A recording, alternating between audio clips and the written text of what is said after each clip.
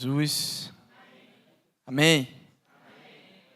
Você está feliz nessa noite? Você tem motivo para se alegrar no Senhor? Alguns passando por lutas, outros enfrentando o luto, né? Hoje nós tivemos a notícia que o querido Tiago, o querido de muitos aqui, policial da PRF, faleceu. Eu recebi a notícia, coloquei no grupo do conselho na terça.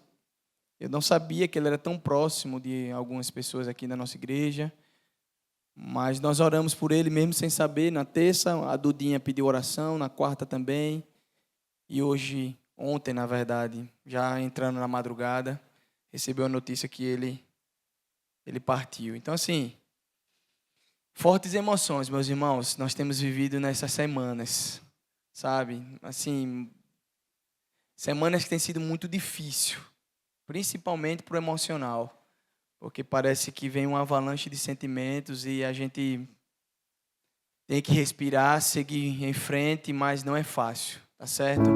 Mas o que é que eu digo para você? Apesar dessas lutas, apesar das dores, louvado seja o nome do Senhor. Deus tem sido muito bom, meu irmão. Deus tem sido muito fiel, apesar de nós. Deus tem sido tão bondoso para conosco. Ele tem guardado a nossa vida, Ele tem nos concedido bênçãos sem medidas. Ah, pastor, dizer isso num tempo de dificuldade? Sim, meus irmãos. Sim, porque eu lembro do servo Jó. Servo Jó, a Bíblia diz que era um homem justo e temente a Deus. E no final ele diz: Senhor, agora eu te conheço. Então ele conhece o Senhor na prova. Então o nosso Senhor, apesar das lutas, continua conosco. Apesar das alegrias, continua conosco. Mesmo no momento de dificuldade, Ele continua sendo Deus. Mesmo no momento que a gente parece esquecer um pouco dEle, porque está tudo bem, Ele continua sendo Deus. Então que você curve sua cabeça nessa hora. Ore a esse Deus que se faz presente nesse lugar. Esse Deus que governa a sua vida, governa a nossa igreja. Esse Deus que está acima de tudo e de todos. Esse é o nosso Deus.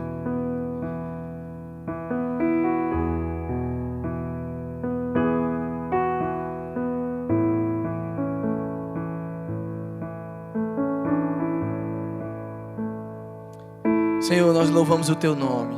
Se nós chegamos até aqui, cremos que foi o Senhor que nos trouxe até aqui. Obrigado pela Tua fidelidade, apesar de nós temos sido falhos, Senhor. Mas mesmo assim o Senhor tem sido muito bom para conosco. O Senhor é bom, maravilhoso, o Seu amor dura para sempre. O Senhor é justo e fiel.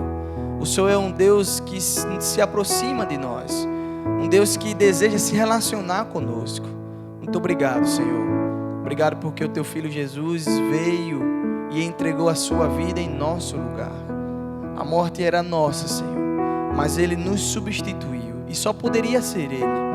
Mas ninguém poderia morrer de maneira substitutiva para que os nossos pecados fossem perdoados. Obrigado, Senhor, por tão grande amor. Obrigado, Senhor, por tão grande graça. Obrigado, Senhor, por tão grande misericórdia. O Senhor é bom e o Seu amor dura para sempre. Nós louvamos o Teu nome por essa noite, porque cremos que o Senhor continuará falando aos nossos corações. Nós queremos entregar tudo o que temos nas Tuas mãos. Esse é o desejo do nosso coração, Senhor. Nós oramos em nome de Jesus. Amém. Graças a Deus. Nós vamos fazer a leitura bíblica.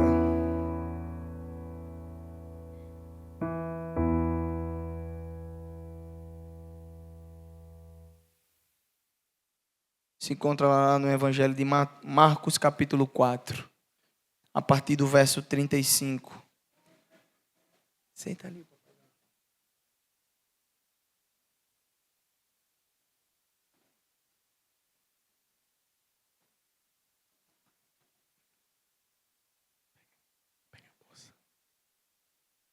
Marcos, capítulo 4, a partir do verso 35. Vamos ler todos juntos? Uma só voz. Aqui o texto está na tela. Leiamos, assim diz a palavra do Senhor. Naquele dia, ao anoitecer, ele disse aos seus discípulos: vamos para o outro lado do lago. Deixando a multidão, eles o levaram no barco assim como estava. Outros barcos também o acompanhavam. Levantou-se um forte vendaval, e as ondas se lançavam sobre o barco, de forma que começou a se encher de água. Jesus estava na popa, dormindo com a cabeça sobre um travesseiro. Os discípulos o acordaram e clamaram: Mestre, não te importas se morrermos?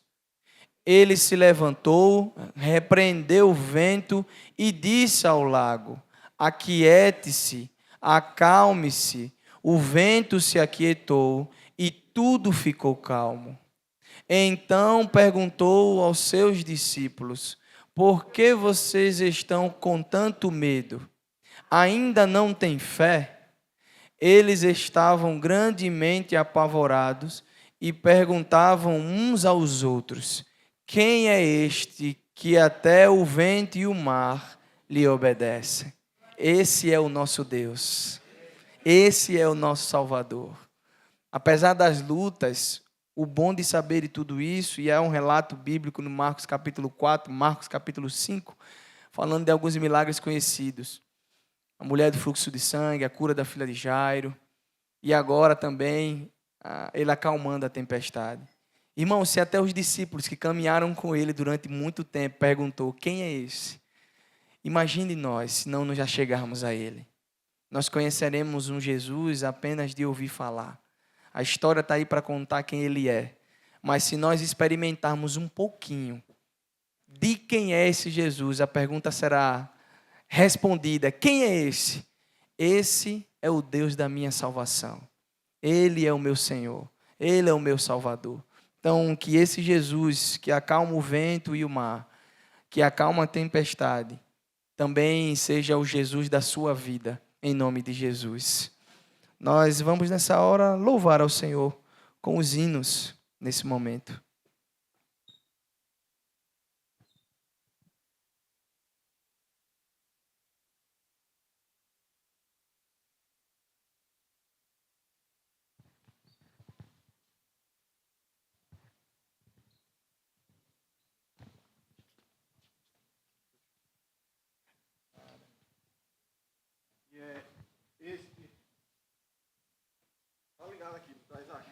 Não estou percebendo, não.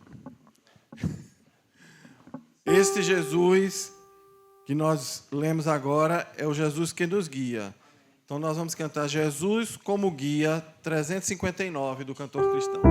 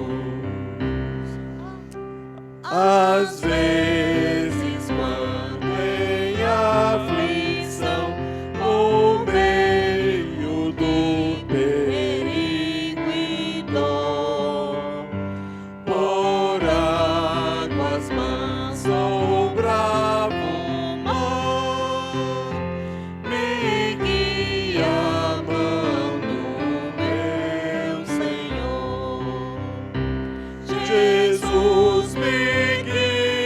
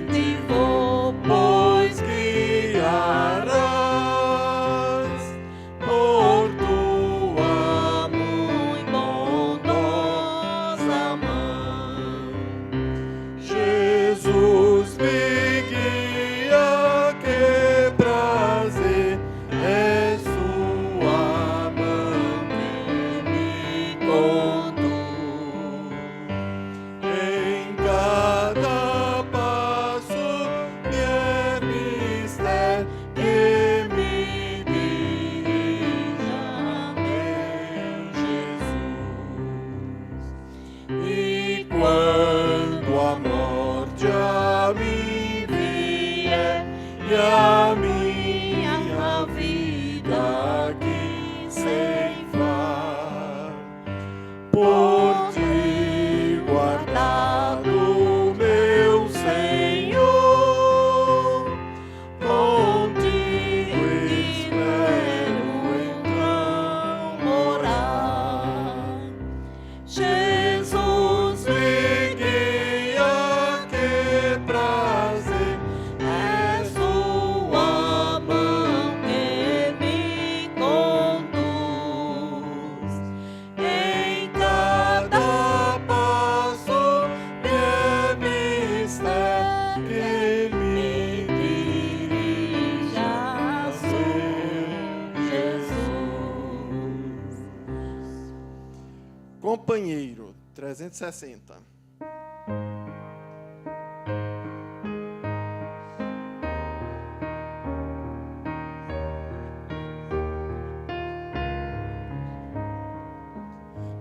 De teu cuidado terno me cerco, Salvador,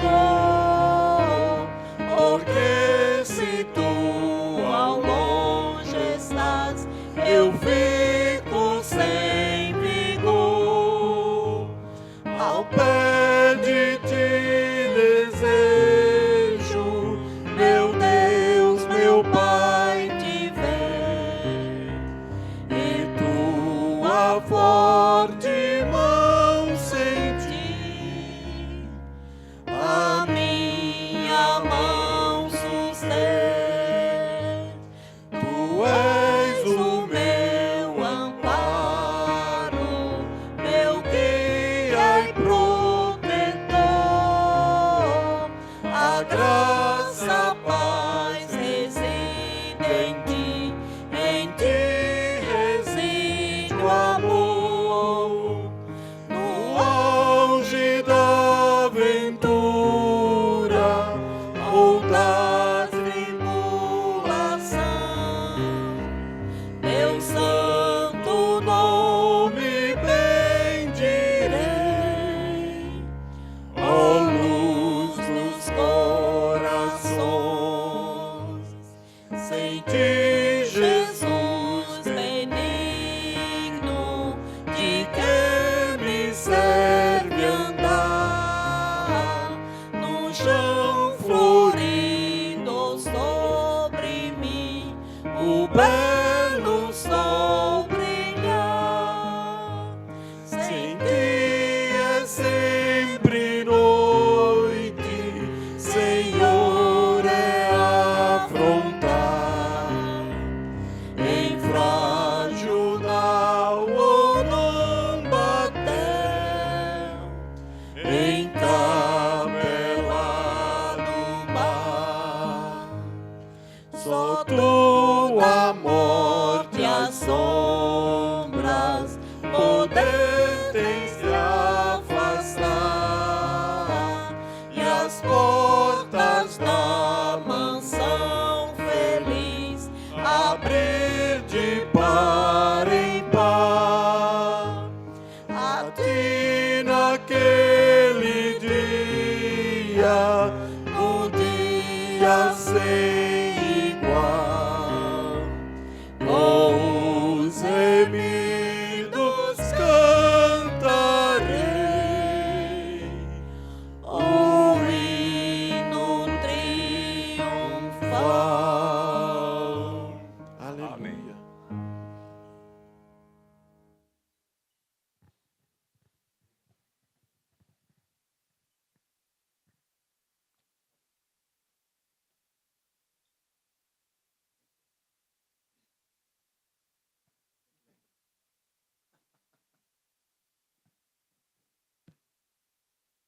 Vamos orar, meus irmãos.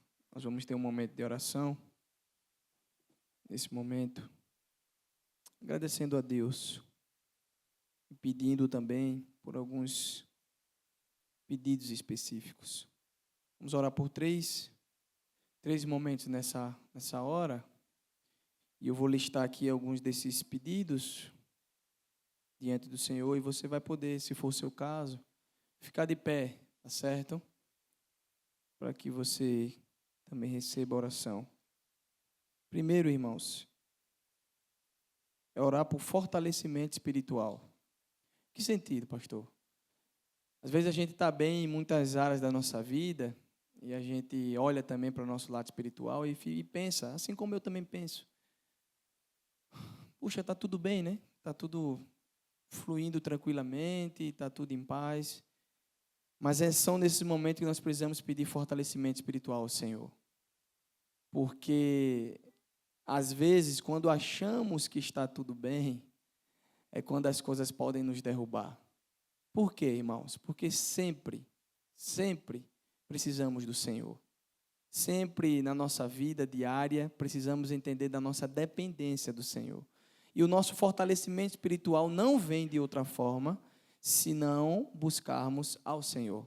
E essa busca é uma busca de leitura da palavra, uma busca de oração, uma busca de, encontro, louvores que nos aproximam do Senhor. Então, nós vamos orar agora por fortalecimento espiritual. E se for o seu caso, por gentileza, eu vou pedir para que você fique de pé, para que a gente possa orar por você nessa hora. Fortalecimento espiritual. É o seu caso? Fique de pé. Nós vamos orar por você nessa hora, em nome de Jesus. Amém.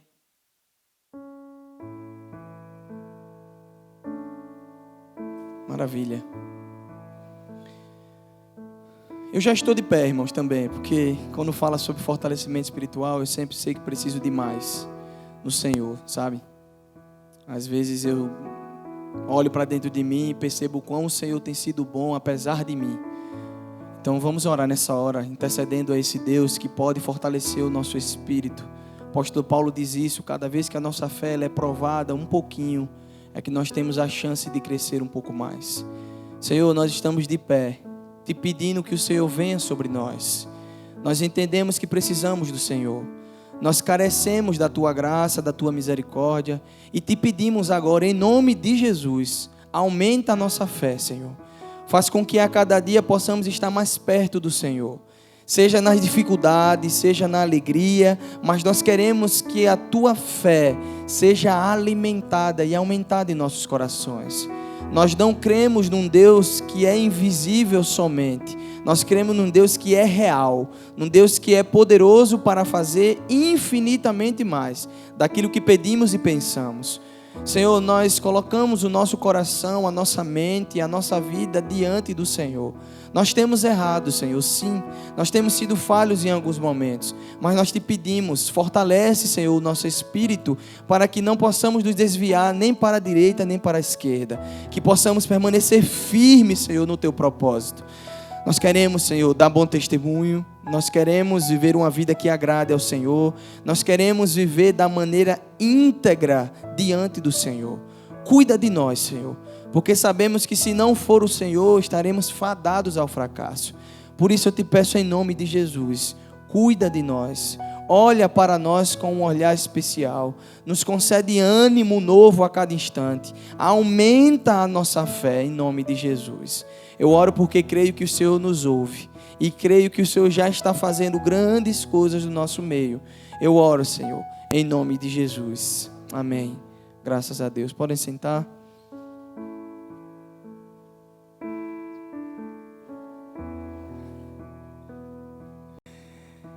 Nós vamos orar agora por saúde. Eu comecei dizendo no início dessas últimas semanas que tem batido na porta aqui da nossa igreja. Semanas difíceis nós temos enfrentado. E sei que muita gente ainda precisa pedir por saúde. E às vezes não é só chegar no estado terminal. Não, às vezes é saúde para você ou para alguém que está necessitando. Você tem enfrentado dificuldades na sua área da saúde? Tem alguém que você está imaginando aí agora e o Senhor está colocando diante de ti para que você possa clamar, pedindo graça por saúde? E eu estava vendo um vídeo hoje pela manhã falando sobre, de um pastor falando sobre saúde, né? Se Deus nos deu um corpo, nós precisamos zelar por ele, cuidar dele. Nós precisamos a cada dia aumentar a a nossa saúde, naquilo que está diante de nós, naquilo que nós podemos fazer. Mas tem coisas, irmãos, que é extraordinário. E tudo que é extraordinário não compete a nós, compete ao Senhor. Nós fazemos coisas que são ordinárias. O extraordinário não nos compete. Então é o seu caso, você está precisando que o Senhor restaure sua saúde da maneira plena. Você conhece alguém assim? Fique de pé também. Nós queremos orar nessa hora em nome de Jesus. Amém.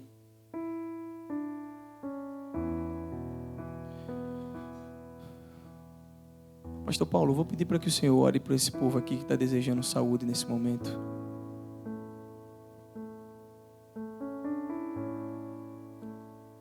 Agradecemos, Senhor, porque o Senhor é digno de todo louvor e honra e glória.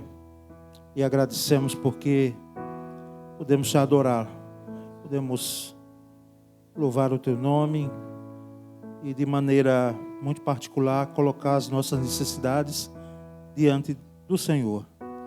Dentre elas, Senhor, aquilo que nos pertine, que é a saúde física, e lembramos também de saúde emocional, mental, porque todas elas fazem parte, integram o nosso ser. E te pedimos, ó Deus, em nome de Jesus, cada um sabe aqui onde dói, cada um sabe daqui onde incomoda, Senhor. E o Senhor sabe muito mais do que todos nós. Por isso, diante da tua misericórdia e graça, ministra sobre nós, Senhor. Ministra sobre aqueles que estão em pé agora e que carecem da mão do Senhor sobre eles, em cada área, Senhor, necessária.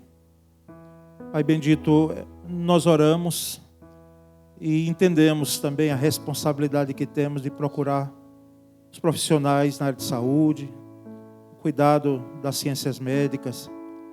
Mas, Senhor, nós cremos também que se o Senhor quiser fazer, o Senhor faz muito mais além. E o Senhor faz de maneira poderosa, gloriosa, quando quer, onde quer, a quem quer. E nós aqui, Senhor, estamos exercitando fé. Portanto, descansamos em Ti e oramos em nome de Jesus. Amém. Por último, podem sentar, meus irmãos. O último motivo de oração que nós podemos interceder agora são por nossas famílias, nossa casa, nosso lar. Irmãos, temos vivido dias intensos, difíceis.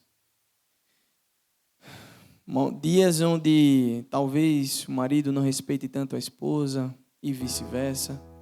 Filhos que não respeitam mais os pais. E digo isso não só porque vejo muita coisa, porque o tempo está tão corrido que está difícil até de ler algumas coisas. Mas digo de presenciar, sabe? Essa semana estava conversando com um casal, tentando aconselhar, que faltava assim um pouco de respeito. E isso tem sido comum nos lares. Então o que é que nós vamos orar agora?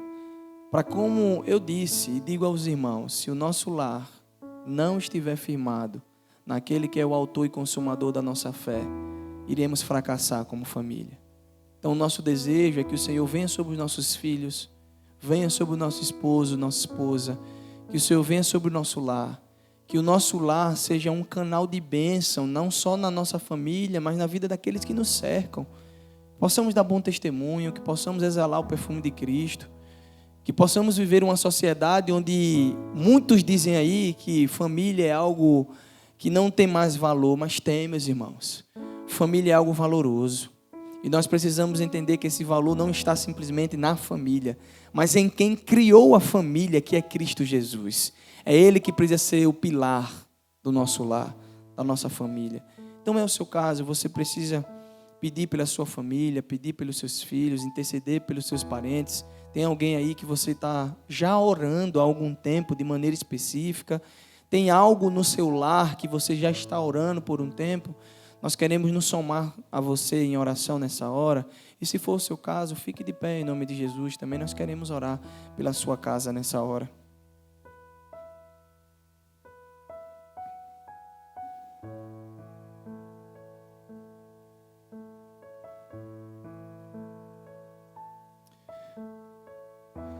Eu vou pedir ao diácono Janildo, nosso querido irmão Janildo, que chegue aqui para orar por essas famílias que estão de pé nessa hora, para que o Senhor venha sobre elas.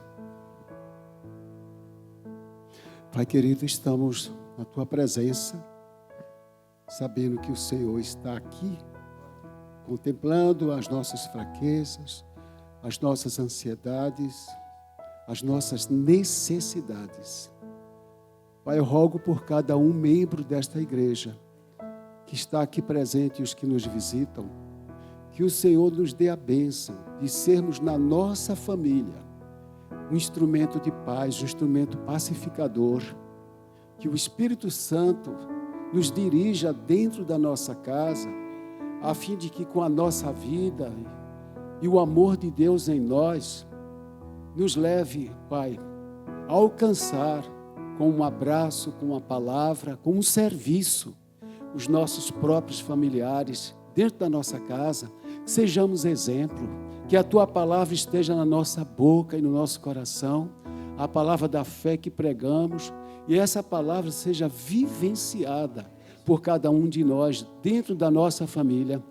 Meu Deus, o inimigo traz muitas acusações dos outros, amplia a nossa visão sobre os defeitos dos outros, mas nós queremos ser pacificadores dentro da nossa família. Abençoa-nos para que sejamos assim. Queremos obedecer a Jesus Cristo, queremos obedecer os seus mandamentos com amor. Que o Senhor nos ajude nessa missão, em nome de Jesus. Amém. Amém, meus irmãos, podem sentar nessa hora. Nós vamos continuar louvando esse Deus. O nosso Senhor se faz presente nesse lugar.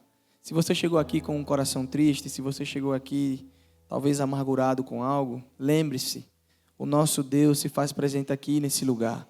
E você pode sair daqui totalmente diferente da forma que você entrou. Vamos louvar ao Senhor nessa hora.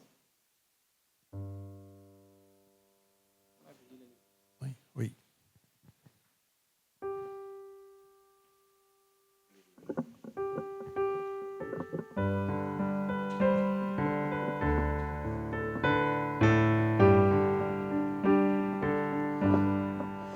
Vamos ficar em pé, igreja. Adorar ao Senhor.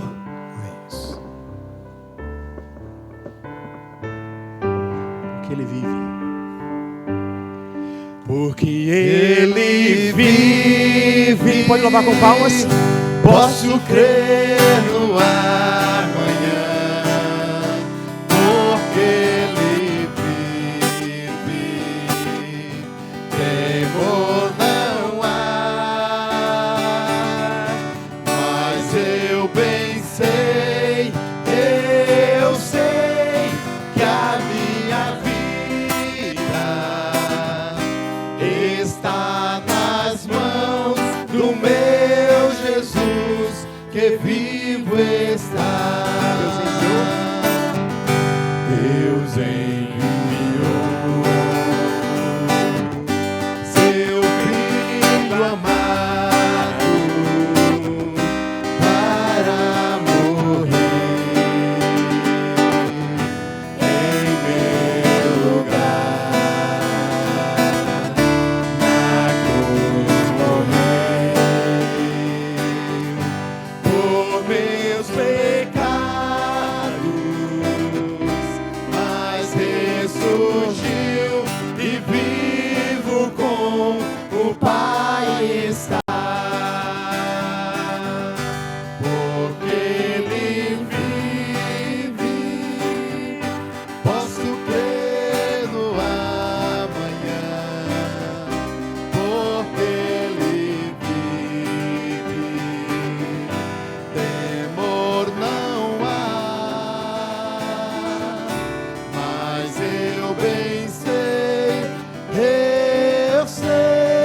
que a minha vida está nas mãos do meu Jesus, que vivo está.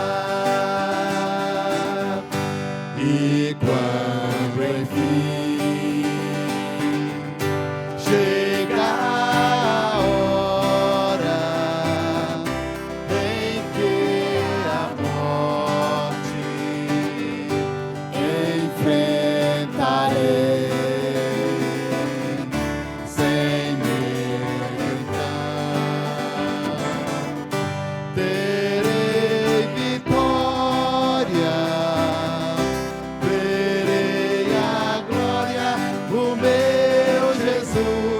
que vivo está, porque Ele vive, posso crer no amanhã, porque Ele vive, temor não há, mas eu bem sei, eu sei que a minha vida está nas mãos do meu Jesus, que vivo está nas mãos do meu Jesus, que vivo está. Aleluia. Amém. Glória a Deus, porque o nosso Deus é um Deus Amém. vivo. Amém. Aleluia.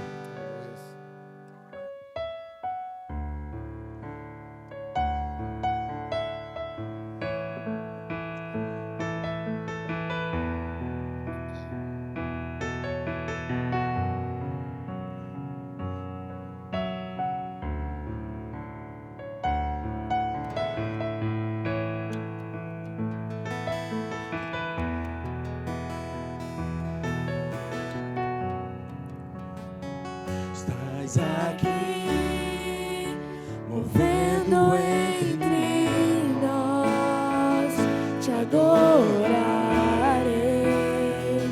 te adorarei.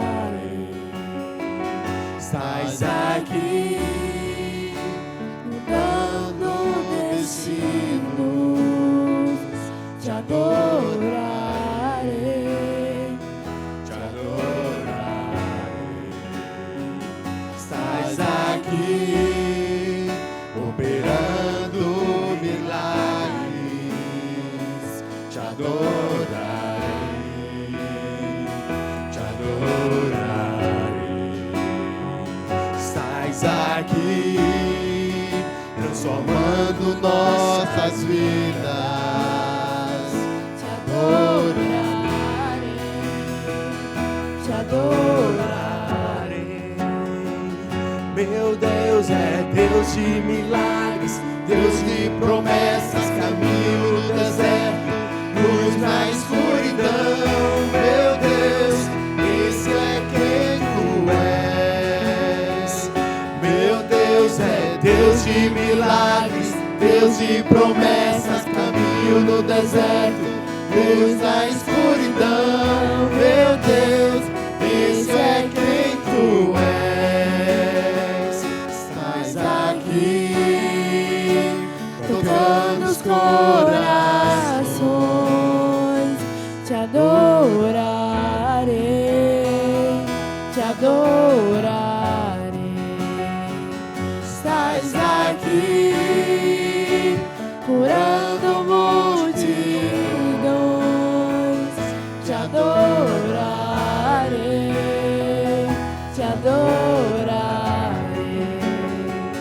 Estás aqui, restaurando os corações, te adorarei, te adorarei. Estás aqui, transformando histórias, te adorarei, te adorarei.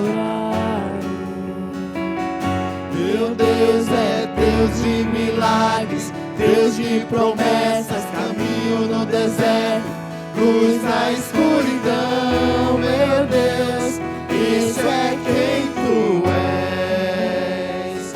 Meu Deus é Deus de milagres, Deus de promessas, caminho no deserto, luz na escuridão. Meu Deus, isso é quem tu és.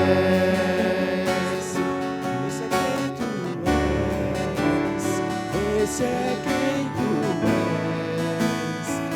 Esse é quem tu és. Esse é quem tu és, meu Deus. Esse é quem tu és. Esse é quem tu és.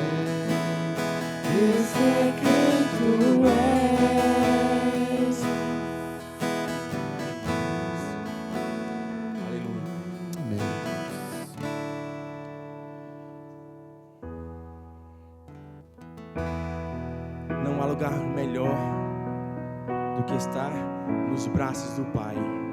Amém?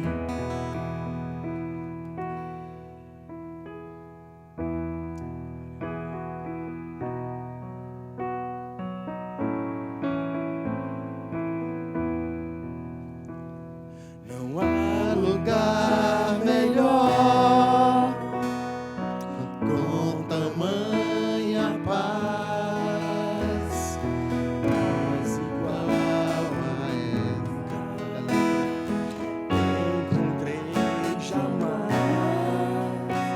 É lugar do meu prazer, onde todo medo se vai. é o lugar do meu descanso, os braços do meu Pai. Esse é o hino que a gente está relembrando ainda, viu, queridos?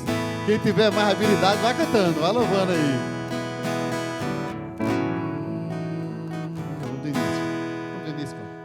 Não Há lugar melhor, com tamanha paz, mas igual eu nunca encontrei jamais. É o lugar do meu prazer, onde todo medo se vai.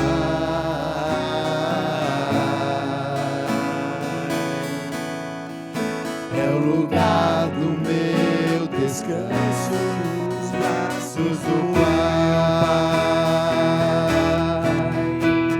Os braços de meu Pai são os braços de Jesus. Quando foram estendidos, eu fui recebido lá na cruz,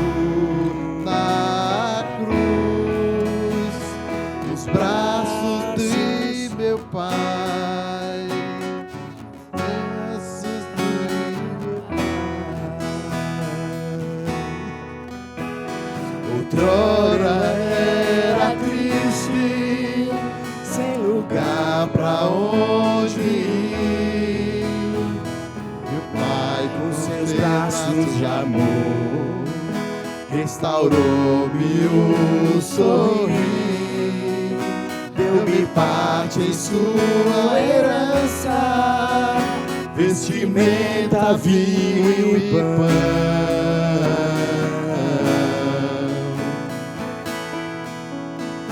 Porque tinha um lugar pra mim no seu coração. Nos braços do meu Pai são os braços de Jesus. Quando foram estendidos, eu fui recebido lá na cruz,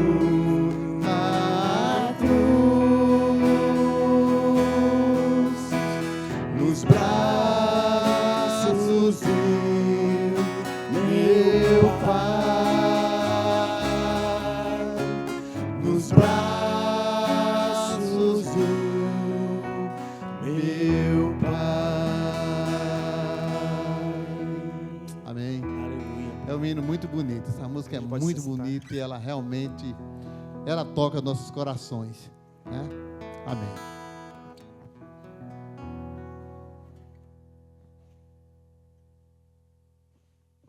Convidar o pastor Cláudio nessa hora. Nós vamos orar por ele, para ouvir o recado do Senhor nessa noite. Vamos orar, meu amigo. Senhor, nós queremos te agradecer pela vida do pastor Cláudio. Obrigado pela bênção que ele tem sido em minha vida, de maneira muito particular. Obrigado pela bênção que Ele tem sido para essa igreja, pastoreando e cuidando de todo o coração. Obrigado pela bênção que Ele tem sido para a família, para os amigos. Obrigado porque a vida dele é uma bênção. Meu pedido nessa hora é que o Senhor fale aos nossos corações através do Teu Filho mais uma vez. Usa Ele, Senhor, para louvor da Tua glória. É o desejo do nosso coração e nós oramos em nome de Jesus.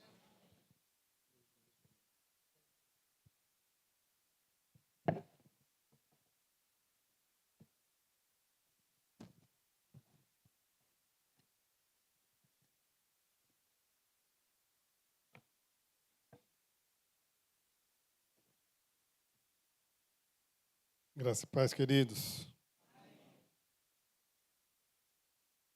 Confesso que a tarde não foi muito fácil.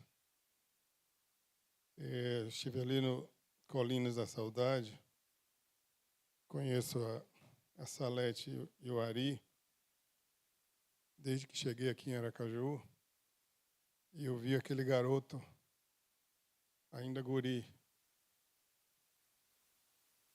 Foi muito difícil ver aquela cena ali, aquela mãe, com aquela dor, que só quem já perdeu alguém querido sabe.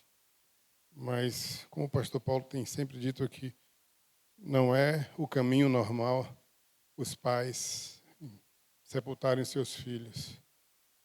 E é uma dor tremenda. E eu disse a ela naquela hora ali que ela precisava viver o luto, precisava chorar, mas que precisava viver esse luto, crendo que o nosso Deus é o Deus que cura. E que cura essa dor do luto também. E que o Senhor realmente traga cura e alívio ao coração daquela família. Querido, nós vamos, nessa série de mensagens que nós temos trazido às quintas-feiras, porque somos batistas, essa é a quarta. Nós falaremos aqui sobre alguns temas, sobre batismo, sobre ceia. E eu queria começar lendo um texto lá em Atos, capítulo 2, verso 41. Atos 2, 41. Os que aceitaram a mensagem foram batizados, e naquele dia houve um acréscimo ao número de seguidores de aproximadamente 3.000 pessoas. Os que aceitaram a mensagem foram batizados. Guardem essa palavra aí que nós vamos trabalhar com isso. Ser batista. Ser batista é mais do que simplesmente adotar uma denominação. Ser batista é uma resposta de fé, uma resposta de obediência ao chamado de Deus. É ser regenerado, é nascer de novo. Uma vida moldada pelo que diz a Escritura e não focada em tradições humanas, e não focada em doutrinas humanas, mas centrado na palavra de Deus. Ela é a nossa regra de fé e prática. É a nossa bússola. Eu costumo dizer que é o manual do Criador. Aqui nós temos todas as instruções para que possamos viver. E em ser batista, nós vivemos o que é ser a igreja verdadeira de Cristo, que é formada por pessoas que foram nascidas de novo, que se submetem voluntariamente a cumprir a ordenança do batismo, a ordenança da ceia do Senhor. E o nosso compromisso é com a centralidade nas Escrituras. E se você observar as igrejas batistas, você vai perceber que é centrada na palavra de Deus na Escritura. E aqui na Piba não é diferente, né?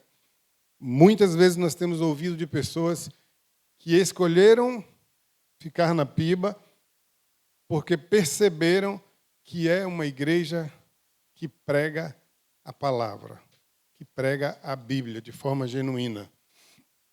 E nós vamos trazer alguns aspectos aqui. Primeiro, o batismo como uma testemunha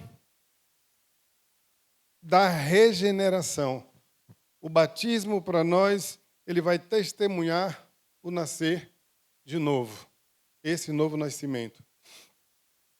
E aí nós vimos a referência em Atos 2:41. João 3:3, Jesus vai dizer: em verdade, te digo que ninguém pode ver o reino de Deus se não nascer de novo. E Mateus 16:24, Jesus vai dizer: se alguém quer vir após mim, negue-se a si mesmo, tome a sua cruz e siga-me. Então Jesus nos chama não para que nós estejamos cumprindo um ritual qualquer, mas Ele nos chama para um novo nascimento, para uma vida nova. A palavra de Deus vai dizer assim: as coisas velhas já passaram. Então, aquele que está em Cristo, ele é nova criatura, ele nasceu de novo, as coisas velhas ficaram para trás. Aquele que roubava não rouba mais, aquele que mentia não mente mais. Porque no encontro de Jesus com a mulher que foi pega em adultério, é muito interessante a gente prestar atenção. Jesus vai escrever no chão e depois ele vai dizer: aquele que não tem pecado, atire a primeira pedra. E a narrativa bíblica diz que foram saindo, a começar dos mais velhos. E todos saíram. E depois Jesus olha para aquela mulher e pergunta: onde estão os seus acusadores? Ninguém te condenou? E ao final ele vai dizer para aquela mulher assim: olha, está tudo bem. Continue sua vida aí do jeito que você estava. Foi assim? Jesus vai dizer assim: olha, eu também não te condeno. Mas vá e não peques mais. Porque é muito comum a gente ouvir assim: olha, Jesus lhe aceita como você é. Jesus lhe aceita como você é, para que você seja uma nova criatura, para que você deixe as coisas do velho homem lá atrás. Então não dá para vir a Cristo e continuar sendo como sempre foi, vivendo como sempre viveu. Aquele que está em Cristo é nova criatura. Foi lavado, foi remido, foi regenerado. E o batismo ele vai testemunhar esse novo nascimento. E é interessante porque nós batistas batizamos por imersão. E o batismo por imersão ele simboliza exatamente isso. A morte do velho homem, a morte para o pecado, quando ele desce às águas. E quando ele levanta, ele é nova criatura com Cristo. Simboliza aquilo que você já aceitou no seu coração. A partir do momento em que você aceita o Senhor Jesus, você é nova criatura. E a palavra de Deus diz que nós somos selados pelo Espírito Santo. Nós recebemos o Espírito Santo de Deus. Nós passamos a ser templo do Espírito Santo. E o batismo ele vai testemunhar esse novo nascimento, essa nova criatura que passamos a ser. E nós não batizamos bebês. Por que nós não batizamos bebês? Porque é necessário que aquele que vai descer as águas batismais, ele tenha plena consciência daquilo que ele está fazendo. Ele precisa ter consciência do que significa Jesus morrer na cruz. Precisa ter consciência de que nós somos alvo do amor de Deus e aceitar esse sacrifício. Aceitar que Jesus é Salvador, aceitar que Jesus é Senhor. E um bebê ele ainda não tem essa capacidade de ter essa consciência de fazer a escolha. Então nós batizamos a partir do momento em que aquele ser tem plena consciência ele é capaz de fazer a sua escolha. Por isso não batizamos crianças. E a palavra de Deus diz algo interessante, Romanos 10, 17. Consequentemente, a fé vem pelo ouvir e ouvir a palavra de Deus. A pessoa vai ouvir a palavra, vai compreender a palavra, vai ter consciência daquilo que a palavra está trazendo e vai aceitar aquilo para a sua própria vida.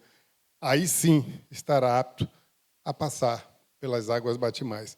E um bebezinho, ele não tem essa consciência, ele não tem essa capacidade de entender esse processo.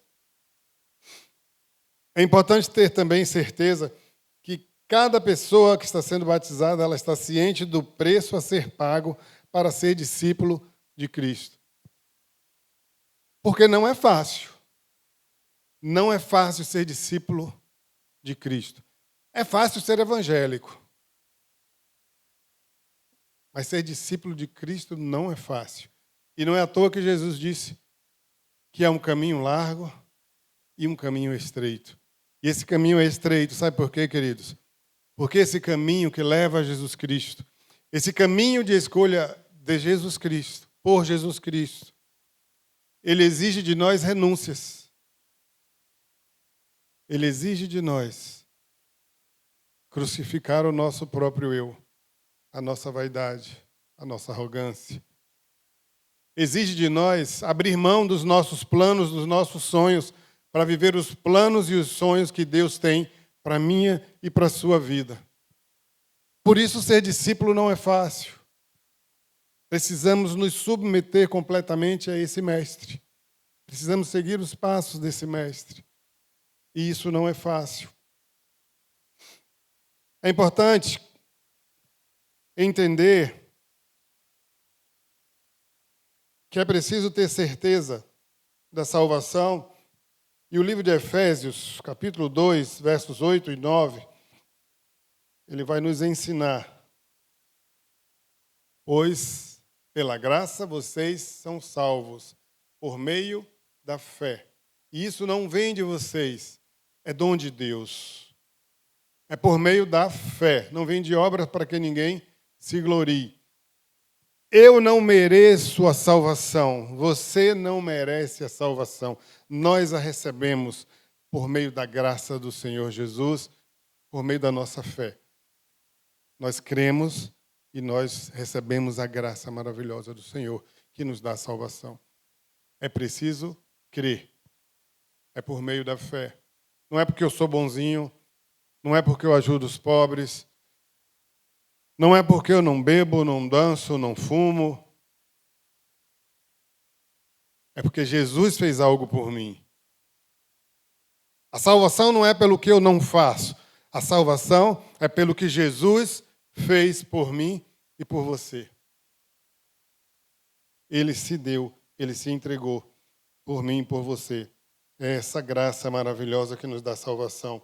Então, o batismo por si só ele não salva, mas ele anuncia a salvação. Ele anuncia publicamente a salvação que foi recebida, a salvação que já ocorreu. E Jesus traz um alerta sobre os frutos reais da fé, elas só se manifestam no tempo. Da mesma forma que quem entende aí de agricultura sabe que determinados frutos eles só vão aparecer no seu tempo certo. Às vezes a mulher grávida tem determinados desejos de frutas que naquela estação vai ser complicado e o marido tem que dar os pulos, né, para fazer a mágica e trazer, porque o desejo tem que ser satisfeito. O fruto ele vai dar na sua época própria.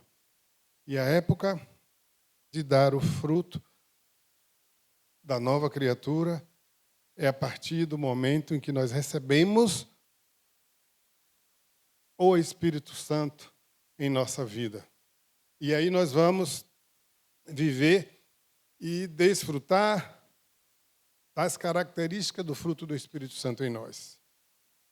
O Espírito Santo em nós vai gerar frutos de justiça por meio de nós. Então, nosso compromisso com o Cristo, ele precisa ser genuíno e ele precisa ser evidenciado por uma vida transformada e não por um mero ritual. De nada vai adiantar você se batizar se a sua vida efetivamente não foi transformada, se você efetivamente não nasceu de novo. Talvez você esteja se enganando e enganando as pessoas. Mas o Senhor conhece o meu coração e o seu coração. O batismo por imersão ele vai simbolizar esse novo nascimento. Romanos 6, 3 a 5. Ou vocês não sabem que todos os que foram batizados em Cristo Jesus fomos batizados na sua morte.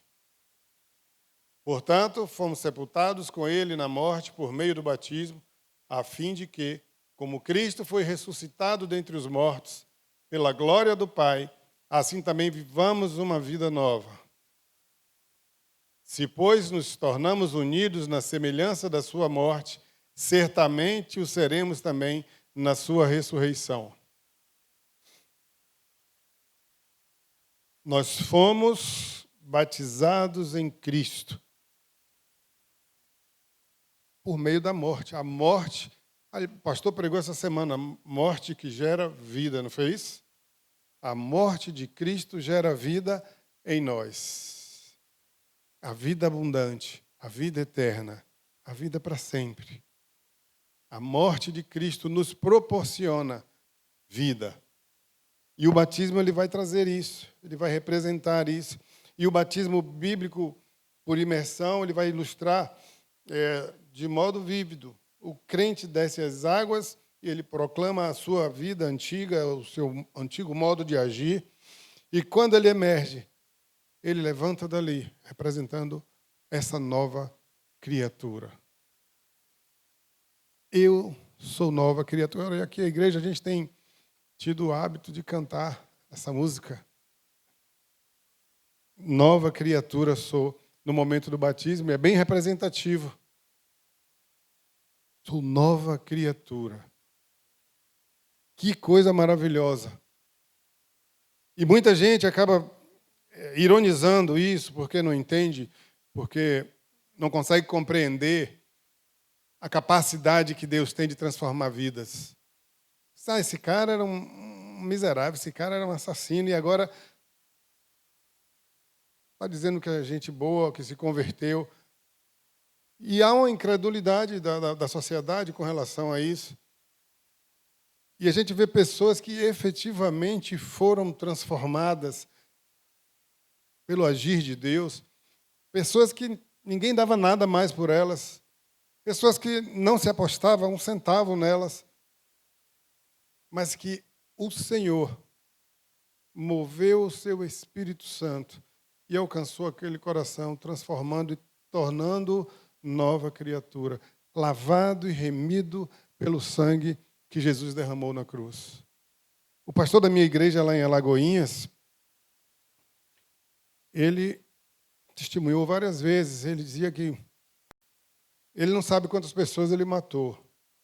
E ele disse que uma certa feita, ele estava com a mãe, com a mão já estendida para matar de murro, numas alucinações que ele teve, e ela começou a gritar que era a mãe dele, e ele disse que com certeza foi Deus agindo que não permitiu que ele fizesse aquela loucura. E ele teve a oportunidade de ser amado por alguém que conhecia Jesus, o levou para uma casa de recuperação, ali ele se converteu, e hoje é um pastor que tem sido usado por Deus para que esse evangelho da salvação alcance outras pessoas.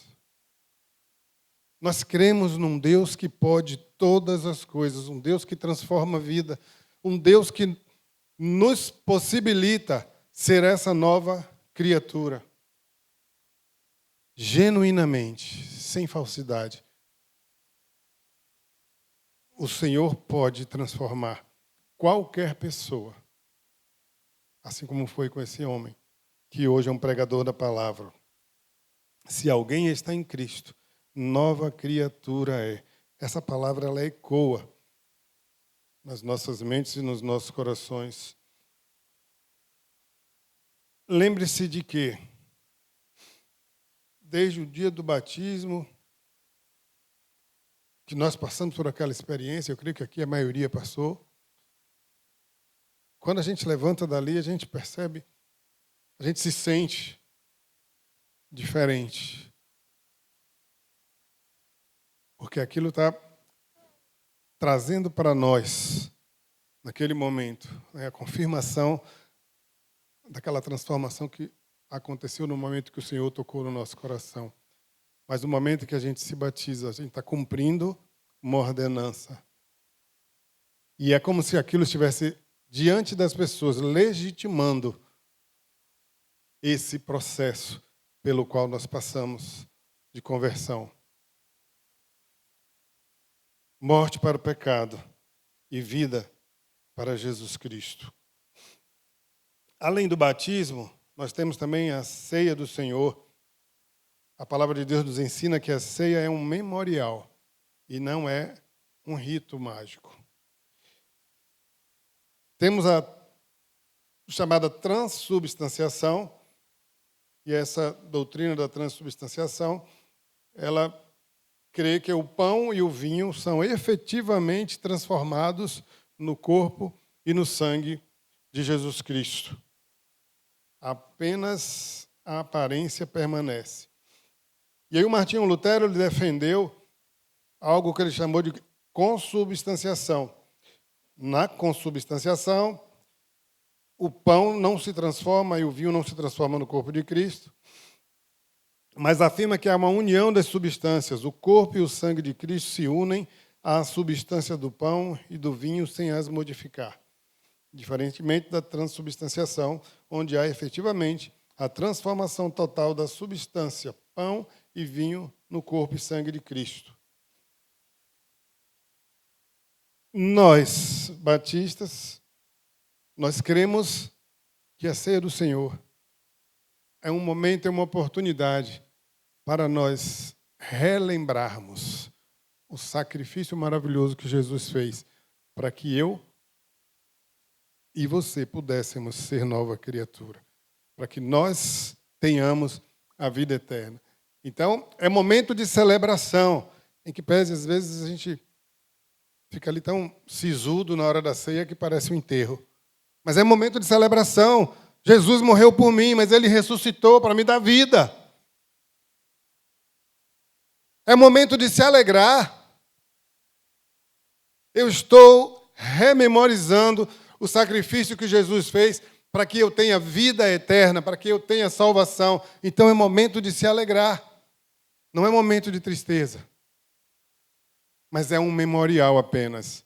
A ceia do Senhor não traz graça para ninguém. É momento de relembrar que eu e você somos alvo do amor de Deus. Porque Deus amou o mundo de tal maneira que deu o seu Filho unigênito para que todo aquele que nele crê não pereça, mas tenha a vida eterna. Isso é maravilhoso. Isso é para alegrar o nosso coração. Isso é para que nós estejamos exultando no Senhor pela oportunidade de sermos nova criatura. 1 Coríntios 11, 23 a 26. O apóstolo Paulo vai nos falar aqui sobre a ceia. É um texto que nós sempre lemos no momento da celebração da ceia. Diz assim: porque eu recebi do Senhor o que também transmiti a vocês, que o Senhor Jesus, na noite em que foi traído, pegou o pão, deu graças e partiu e disse: isto é o meu corpo dado em favor de vocês. Façam isso em memória de mim. Da mesma forma, depois de ter comido o pão, ele pegou o cálice e disse: esse cálice é a nova aliança no meu sangue. Façam isso sempre que o beberem em memória de mim. Porque sempre que comerem deste pão e beberem deste cálice, vocês anunciam a morte do Senhor até que Ele venha. Então, ceia do Senhor é um memorial, é um momento de relembrar. Quero trazer à memória aquilo que me dá esperança. Isso é a ceia do Senhor. Ainda temos um outro texto que fala sobre ceia, Lucas 22, 19 e 20. Pegando ele o pão, deu graças, partiu e deu aos discípulos, dizendo: este é o meu corpo dado em favor de vocês, façam isso em memória de mim. Da mesma forma, depois de ter comido o pão, ele pegou o cálice e disse: esse cálice é a nova aliança no meu sangue, que é derramado em favor de vocês. Os dois textos trazem de forma muito clara que a ceia do Senhor, ela é um memorial. O pão e o cálice não se transformam literalmente, mas apontam para o sacrifício de Jesus. Não há misticismo, não há graça automática. Há uma profunda fé e adoração. Há momento de comunhão, momento de esperança na volta do Senhor Jesus. O valor está no Senhor da ceia e não na ceia do Senhor. E é preciso que a gente entenda isso de forma muito clara. O que importa é o Senhor da ceia. Ele é que é o importante. Sem Ele não haveria ceia. Não haveria por que ceiar. Ele é que é o importante. Não há nenhum tipo de misticismo. O apóstolo Paulo, ele orienta: examine-se, pois, o homem a si mesmo. A ceia que celebramos, ela não é santa. Santo é o Senhor da ceia.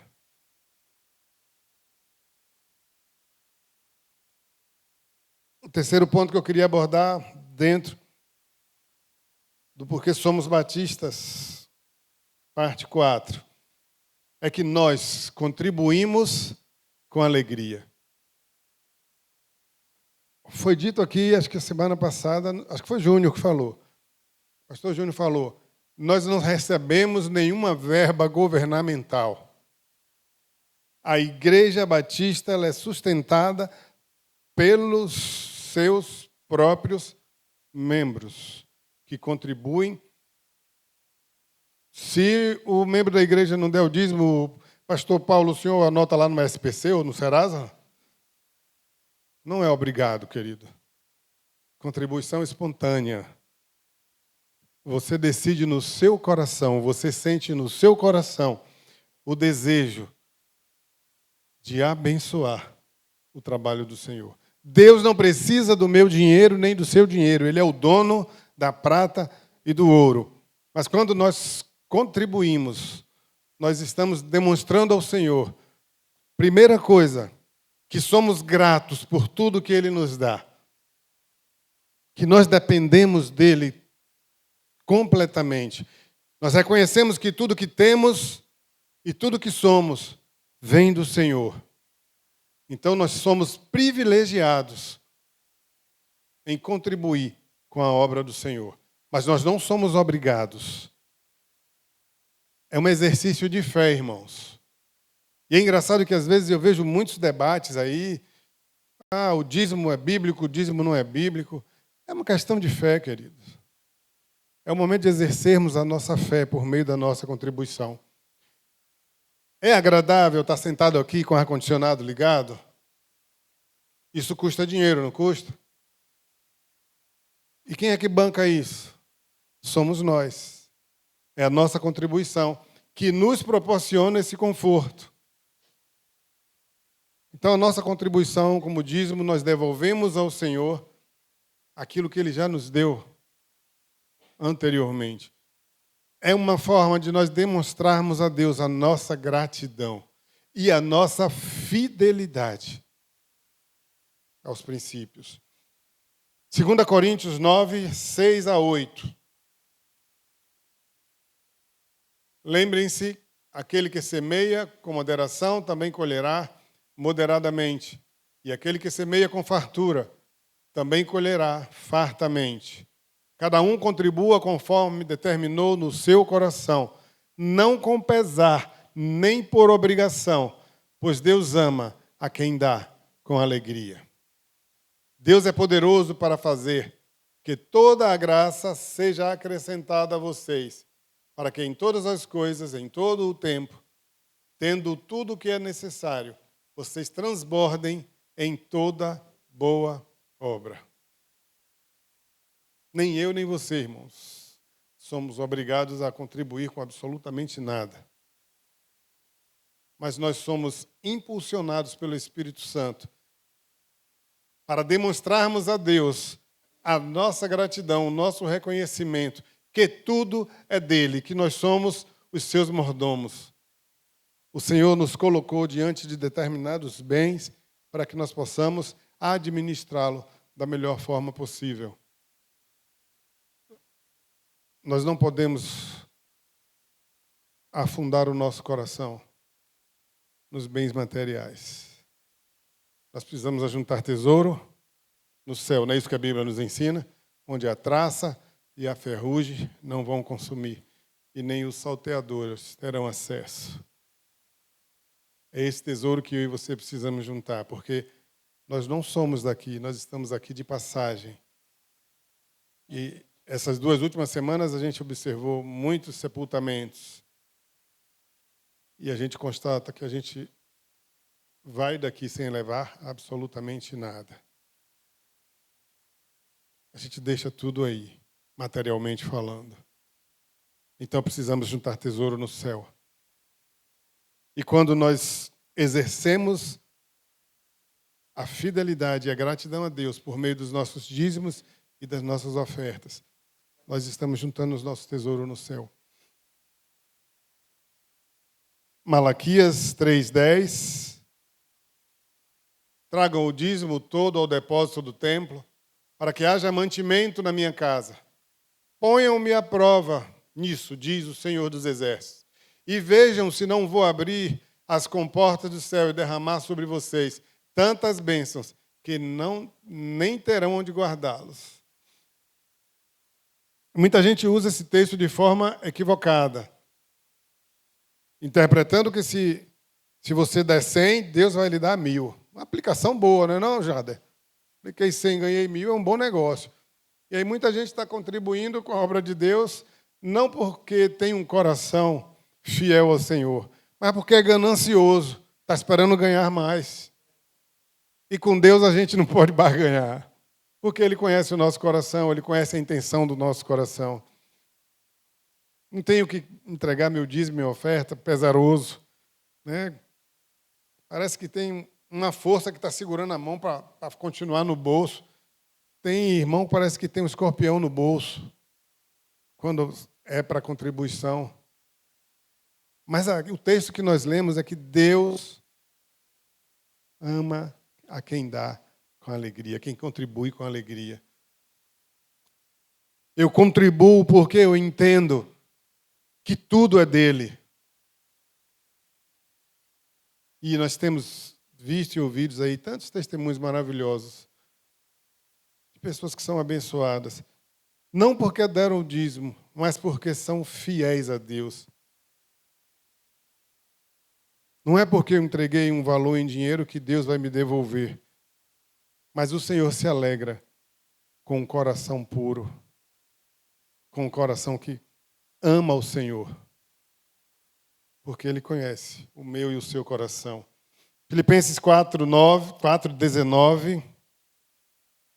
O meu Deus suprirá todas as necessidades de vocês de acordo com as suas gloriosas riquezas em Cristo Jesus. Deus tem suprido as nossas necessidades. Amém, irmãos? Amém. Deus tem suprido as nossas necessidades. Eu creio que hoje todo mundo aqui comeu já, não é? É bênção do Senhor, queridos. É bênção do Senhor. Você sabe que, enquanto nós tivemos oportunidade de talvez já ter nos alimentado aí 3, 4 vezes hoje, tem pessoas que não tiveram um alimento hoje.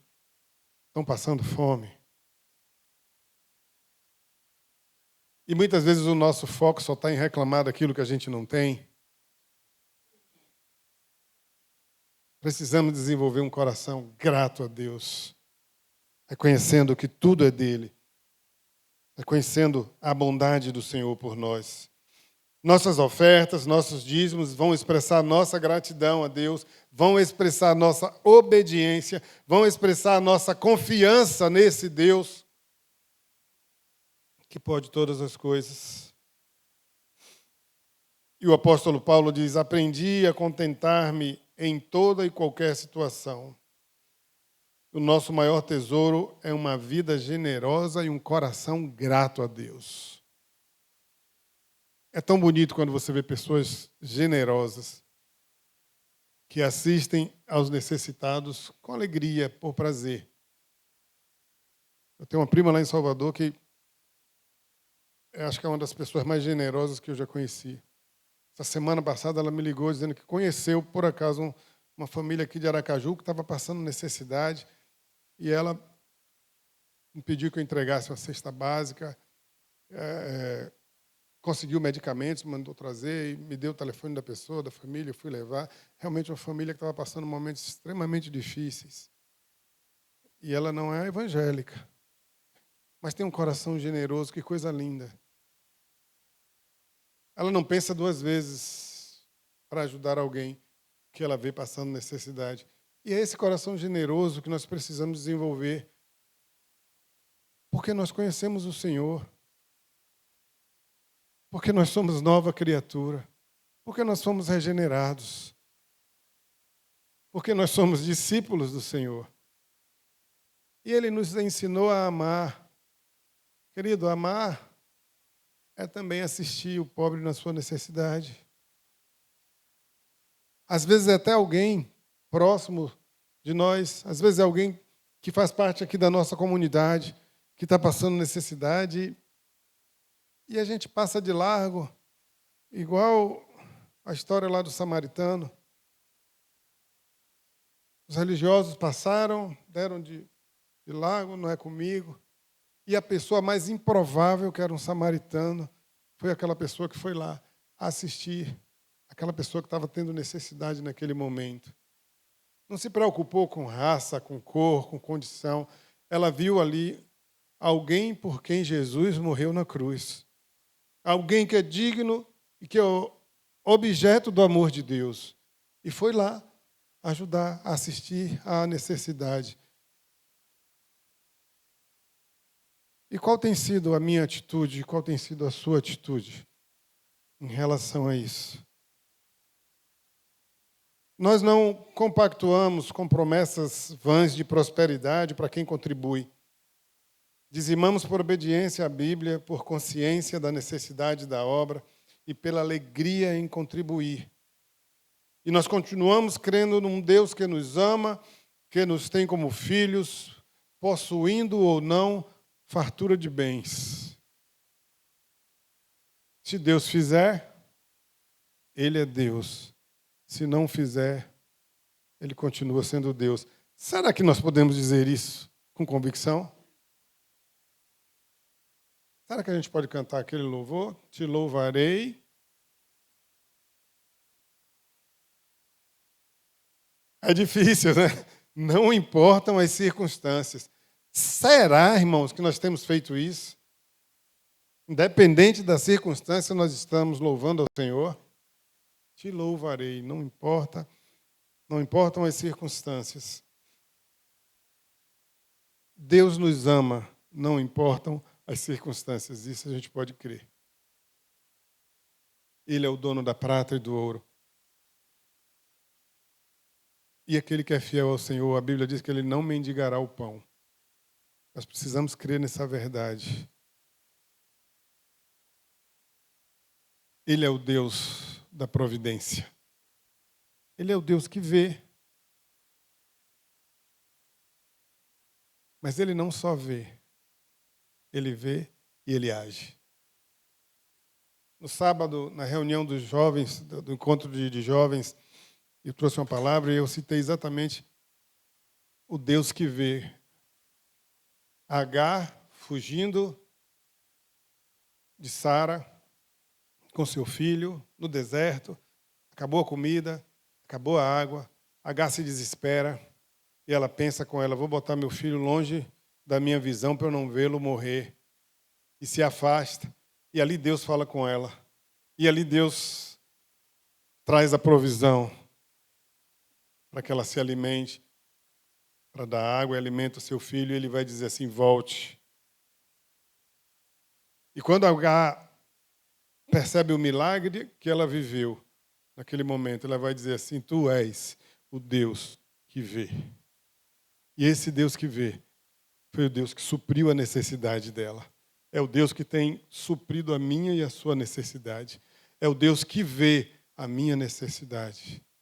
É o Deus que vê o meu sofrimento. É o Deus que vê, muitas vezes, a minha ansiedade, a minha angústia. E é o Deus que entra com providência. É esse Deus que nós precisamos demonstrar um coração grato. É por isso que nós batistas temos a contribuição dos dízimos e ofertas. Não de forma obrigatória, mas porque nós, que nascemos de novo, nós contribuímos com alegria e reconhecimento ao amor desse Deus maravilhoso. Por fim, queridos, defendemos o casamento santo e indissolúvel, monogâmico e heterossexual. Gênesis 2, 24. Por essa razão, o homem deixará pai e mãe, se unirá à sua mulher, e eles se tornarão uma só carne. Mateus 19, 5 e 6. O texto vai ser repetido por Mateus, né, no Evangelho de Mateus. Por isso deixará o homem, pai e mãe, se unirá à sua mulher, e os dois se tornarão uma só carne. E Hebreus 13, 4. O casamento deve ser honrado por todos e o leito conjugal conservado puro, pois Deus julgará os imorais e os adúlteros. Malaquias 2,16.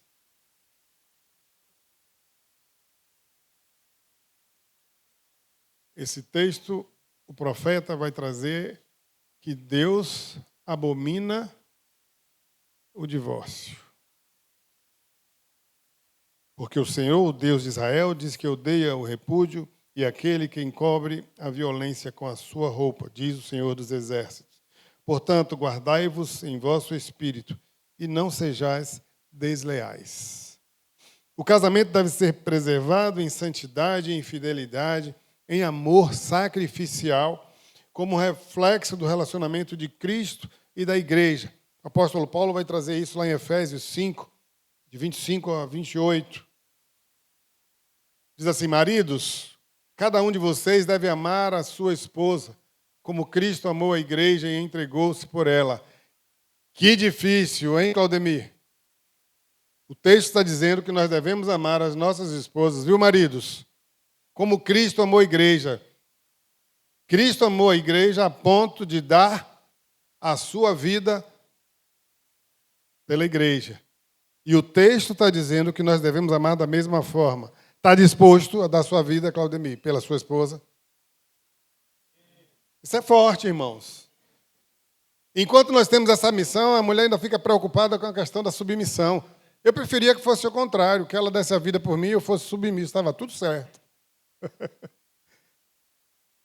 Para santificá-la, tendo-a purificado pelo lavar da água por meio da palavra, e apresentá-la a si mesmo como igreja gloriosa, sem manchas, nem ruga. Aí algumas mulheres dizem assim: está vendo? A Bíblia está dizendo que você tem que pagar minha cirurgia para eu tirar as manchas e tal. Não é isso não, irmãos. Sem manchas, nem ruga, nem coisa semelhante, mas santa e sem culpa. Da mesma forma, os maridos devem amar cada um a sua esposa como ao seu próprio corpo. Quem ama a sua esposa, ama a si mesmo. O divórcio existe, na minha visão e na minha interpretação bíblica. A palavra divórcio não deveria fazer parte do vocabulário do crente. Amém? Deus não fez o casamento para o divórcio. Deus fez o casamento para que ele seja indissolúvel. Mas nós temos corações endurecidos. Por causa, disse eles, Moisés, por causa da dureza dos vossos corações, vos permitiu repudiar vossas mulheres, mas não foi assim desde o princípio. Quando os fariseus vão questionar Jesus, sim, mas Moisés mandou da carta de divórcio. E aí Jesus vai dizer, olha, Moisés instituiu a carta de divórcio, Moisés permitiu a carta de divórcio para proteger a mulher. Naquele tempo, o repúdio era assim, se a mulher queimasse a comida, o marido tinha o direito de repudiar a mulher. E sabe o que acontecia com a mulher repudiada? Ela ia ficar à toa, porque a sua família não a aceitava de volta, porque ela ainda estava ligada ao marido. Então, a carta de divórcio permitia que ela se desligasse do marido e pudesse ser recebida de volta em casa. Então, Moisés está resolvendo um problema social que se formava naquela comunidade. E por que se formava? Pela dureza do coração. Imagina aí, Janildo. Beth queimou a comida e disse assim, não quero mais você não, vai embora. Não funciona, irmãos. Sabe? É dureza de coração, um coração endurecido, é um coração mau. E a mulher tinha um problema sério naquela sociedade quando acontecia isso. Então não significa que Moisés liberou geral para você se divorciar. Era isso que os fariseus queriam ouvir de Jesus. Mas ele vai voltar ao princípio. Lá em Gênesis, deixará o homem, pai e mãe, se unirá à sua mulher e os dois serão uma só carne. Jesus volta a esse princípio. Se tornou uma só carne, tem que ser indivisível. É esse princípio que Jesus retorna. O que Deus ajuntou, o homem não separe. Temos um outro texto, 1 Coríntios 7, 2. Digo que por causa da imoralidade sexual, cada homem deve ter relação sexual com a sua própria esposa e cada esposa com o seu próprio marido. O marido com a sua esposa e a esposa com o seu marido. O princípio da bigamia está ali e o princípio da heterogeneidade está ali. É o marido e sua esposa. Está no singular.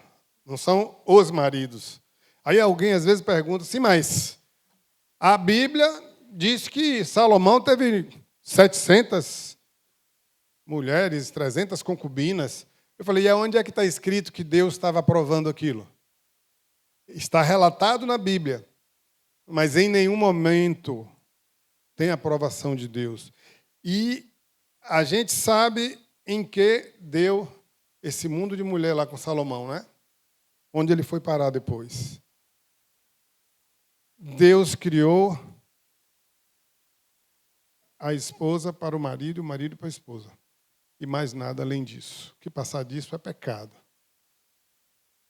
Deus criou o casamento, criou a família, para que haja essa unidade, para que seja indissolúvel. Ah, pastor, mas há uma incompatibilidade de gênios. Não, pastor, mas eu não amo mais, eu não sinto mais que eu amo. Sinto muito lhe dizer isso. Amor não é sentimento. Amor é decisão. Você decide amar. Sabe por quê, queridos? Porque amar é mandamento. É ou não é mandamento? Amar a Deus sobre todas as coisas e amar o próximo como a si mesmo. É mandamento ou não é? Se amor é mandamento, não poderia ser sentimento. Concordam comigo? Então não me venham com essa conversa fiada de que eu não sinto mais amor. Quando a pessoa fala isso, ela está querendo dizer assim, eu não quero amar mais. Nós decidimos amar. Primeiro para obedecer a Deus. Eu decido amar. E não é se meu cônjuge for perfeito. Se fosse assim, Núbia não ia me amar nunca. Eu estou longe de ser perfeito. A bichinha sofre comigo com as minhas pirraças. Mas ela escolheu me amar ainda assim, com todas as pirraças que eu faço. É escolha, é decisão. Você escolhe amar. Se a gente entende esse princípio, grande parte dos motivos para divórcio ele caem por terra. Escolha amar o seu cônjuge do jeito que ele é, com todos os defeitos que ele ou que ela tenha. Nós casamos até que a morte nos separe. E aí um pastor pregando para casais, ele disse que contou a experiência lá de um rapaz chegou com a esposa e disse: pastor, olha, eu trouxe ela aqui, eu não quero mais, eu quero me separar, eu quero me divorciar. E aí o pastor conversou, tentou conciliar, ele disse: não, mas eu quero me separar. E o pastor disse: deixa eu orar primeiro então por você. E começou a orar: Senhor, leva o irmão José, leva, porque ele prometeu que era até que a morte separe. Então, se ele quer se separar, então o Senhor leva. Não, pastor, o Senhor está orando para eu morrer? Eu falei assim: mas você não casou, o seu voto não foi que até que a morte o separe? Se você quer se separar, eu vou orar para Deus te levar. É cômico, mas é sério.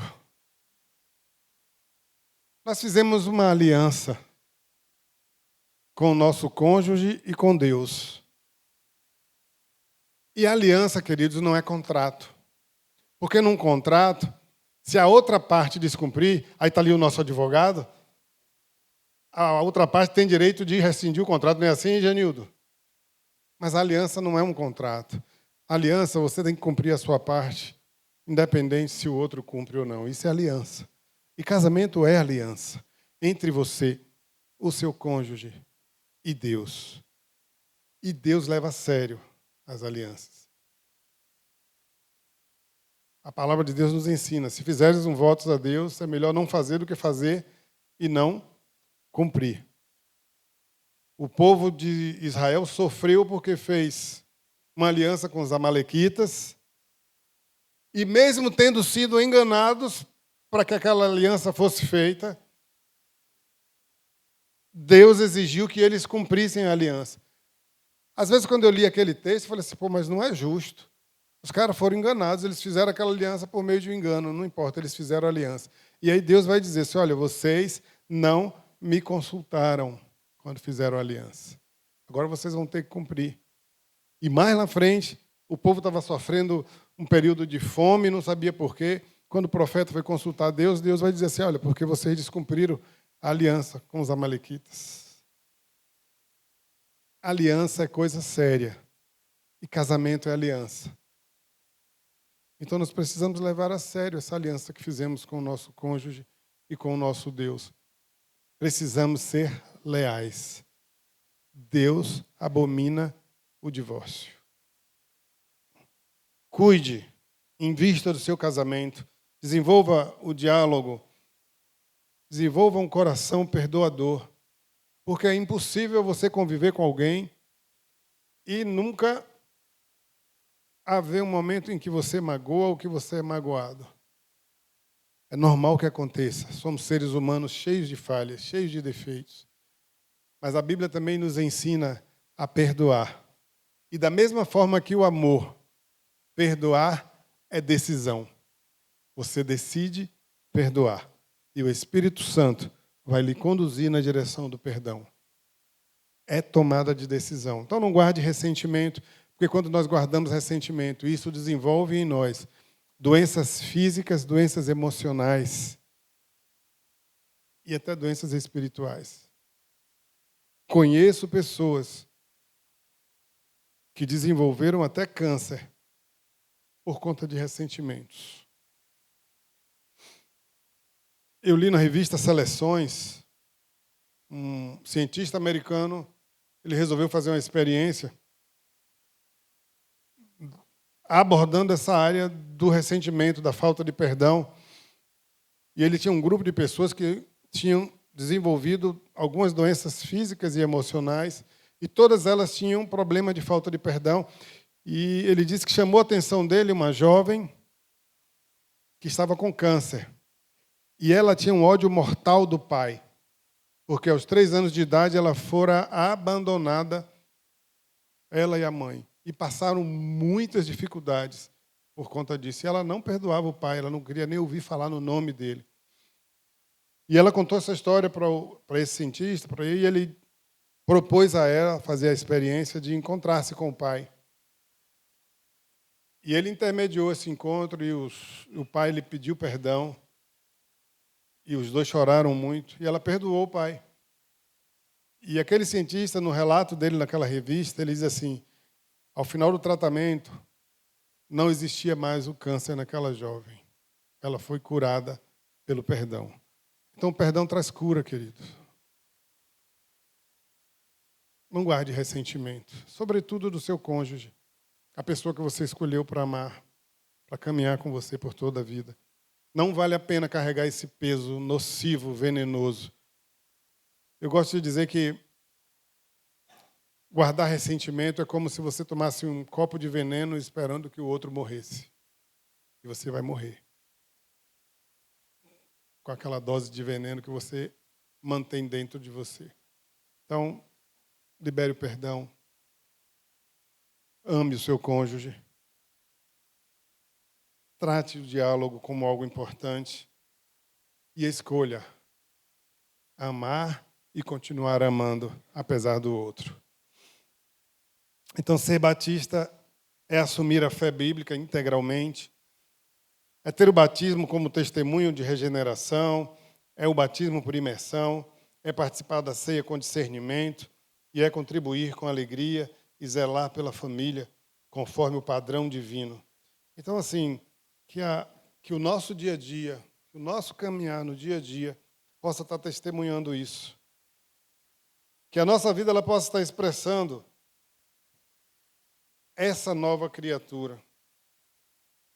O apóstolo Paulo nos exorta: sede firmes e inabaláveis, e sempre abundantes na obra do Senhor, sabendo que no Senhor o vosso trabalho não é vão. Então, testemunhe com a sua fé, não apenas com seus lábios. Permita que a sua conduta, a sua comunhão, a sua generosidade, que o seu coração sejam cartas vivas para que o mundo possa ler e enxergar Jesus Cristo. Que o Senhor nos abençoe. Eu quero orar, encerrando esse momento de ministração da palavra. O objetivo nosso aqui não era simplesmente defender que somos batistas, mas esclarecer por que somos batistas. Porque os princípios estão totalmente alinhados com a palavra de Deus, com o princípio da palavra de Deus. Feche seus olhos, vamos orar. Pai, muito obrigado por esse momento, ó Deus, em que a Tua palavra foi ministrada, Senhor. E que possa gerar fruto em nossos corações, ó Pai. Que nós possamos, Senhor, não somente ouvir, não somente ler, mas que nós sejamos praticantes dessa palavra, meu Pai. Que nós não sejamos batistas só por conta de uma denominação, mas que nós sejamos batistas porque nós cremos nos princípios bíblicos que os batistas professam. Nós cremos, ó Pai, num Deus que é o Deus da providência, é o Deus que vê, é o Deus que nos guia, que nos impulsiona ao centro da vontade dEle. É o Deus que nos fortalece. É o Deus que escolheu nos amar, apesar de nós. E que nós possamos aprender com o Senhor.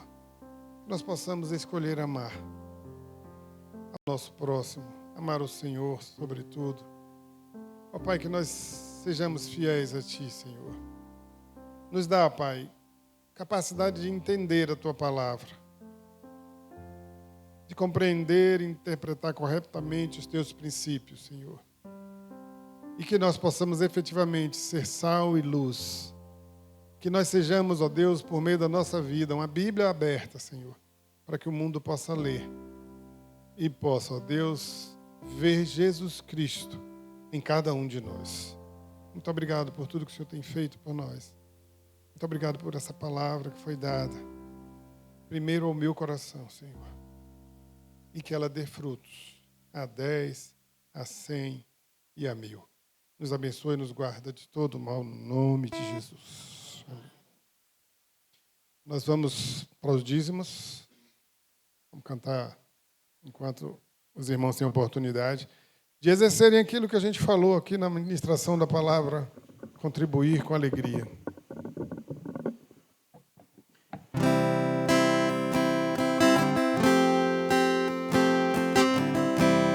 Eu te agradeço. Vamos contribuir com os corações gratos. Por tudo que tens feito, por tudo que vais fazer, por tuas promessas e tudo que és, eu quero te agradecer com todo o meu ser, por tudo que tens feito, por tudo que vais fazer, por tuas promessas e tudo que és, eu quero te agradecer com todo o meu ser. Te agradeço, meu Senhor.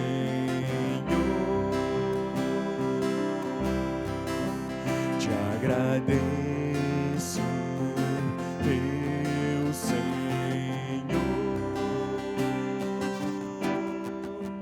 Te agradeço por me libertar e salvar, por ter morrido em meu lugar. Te agradeço,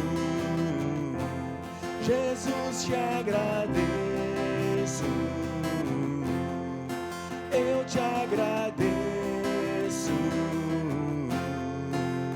te agradeço, te agradeço por me libertar e salvar, por ter morrido em meu lugar. Te agradeço, Jesus, te agradeço, eu te agradeço, te agradeço, te agradeço.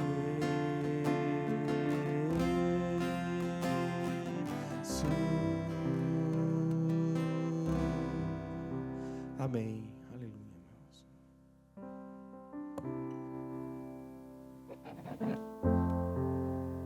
Graça e paz, irmãos. Estamos finalizando e gostaríamos aqui de dar alguns avisos bem rápidos.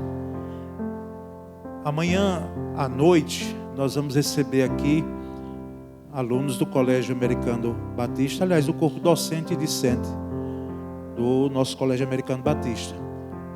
Lá no templo eles vão celebrar mais um ano de existência do colégio. E então aqui estamos cedendo com ônus, né? Eles pagam a utilização do templo. É uma instituição que tem receita, então, mas assim, é uma instituição nossa dos batistas. E aqui na Pibinha vai ter um recital da Escola de Música, que nós também cedemos o espaço sem ônus, e eles pediram para realizar esse recital com os alunos, encerramento dessas aulas de música deste ano. E também a Associação de Músicos Batistas de Sergipe vai estar reunida na quadra, né, aqui às 19 horas amanhã. Então, 3 atividades, né, 3 ações que nós receberemos aqui na Piba. E no sábado, irmãos, tem jornada de oração, à tarde, 16 horas. Né? E no domingo, teremos a assembleia extraordinária para a efetivação dos diáconos. Os irmãos se empenhem para poder estar presentes, exceto aqueles que não puderem de alguma maneira, os que vão trabalhar ou que vão fazer o Enem. Mas todos que puderem, façam um empenho. Certo? E à noite estaremos aqui também cultuando. Vamos colocar em pé e vamos encerrar com a bênção.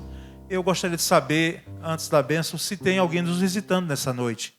tem aqui alguém? Levanta a mão aí. Olha, que bom, né? Aqui desse lado eu gostaria de ter os seus nomes. Lá no templo não é possível pelo espaço. Mas aqui o nome de vocês, por gentileza. Helder e Fábio. Helder e Fábio. Que maravilha, né? Vocês estarem aqui conosco, viu? Voltem outras vezes. Ou aqui ou no domingo lá no templo. E ali nós temos a Fabiana. E quem é que está ao seu lado aí? João. Né? Fabiana é filha da irmã Josefa Macedo. Né? E o João é amigo. Oh, que bom. Quem? O irmão Antônio também. Né? Ali da irmã Josefa Macedo, esposo, viúvo da irmã Josefa Macedo. Deus abençoe vocês, está certo? Estamos orando pela família, que sabemos que fica, não é, esse luto aí para ser enfrentado. Não é, irmãos?